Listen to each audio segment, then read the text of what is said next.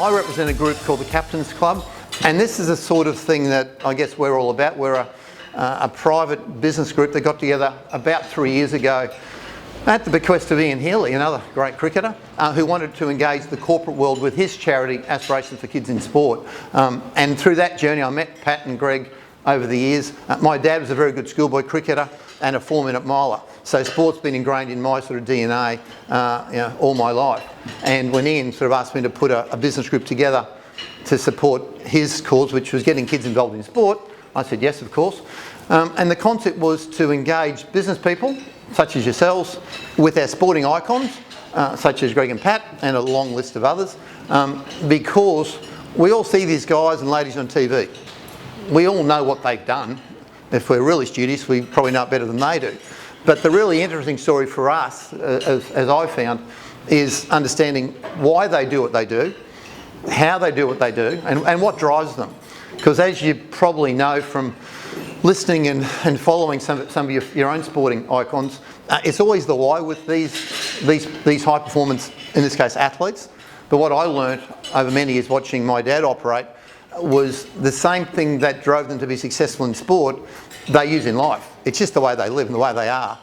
Working close with Ian for 3 years almost, you get to see the way people do what they do, which you don't always get to see publicly.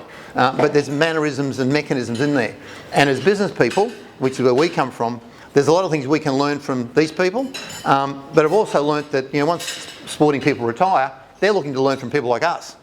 Of course, in our world, we're unique and talented and best in class, some of us, just like they were in sport.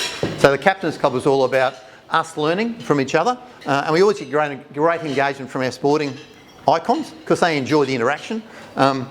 We learn from them, of course. We learn a little bit about what makes them tick and why. We come together to contribute. So a big part of the club was not just networking and fellowship, which is a fundamental principle of why we're here as well. It was how can we support some of the smaller charities around? Because I come from a world of a lot of the bigger charities, just that they're very big and very comfortable.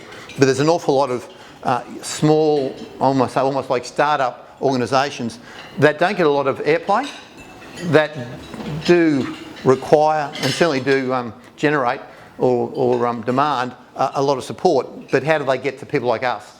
So the Captains Club is a vehicle for those sorts of charities. The Chapel Foundation is one of our early charities we worked with, as was Aspirations for Kids in Sport.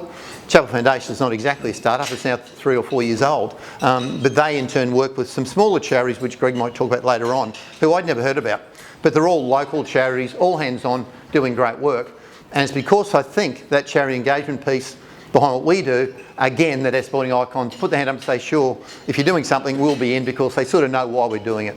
So that's a bit about the Captains Club. Follow us, I've got some business cards, follow us online. Our next event's the 9th of July at the Cricket Club. Invitations went out last night, and it's all about the Carl Webb Foundation.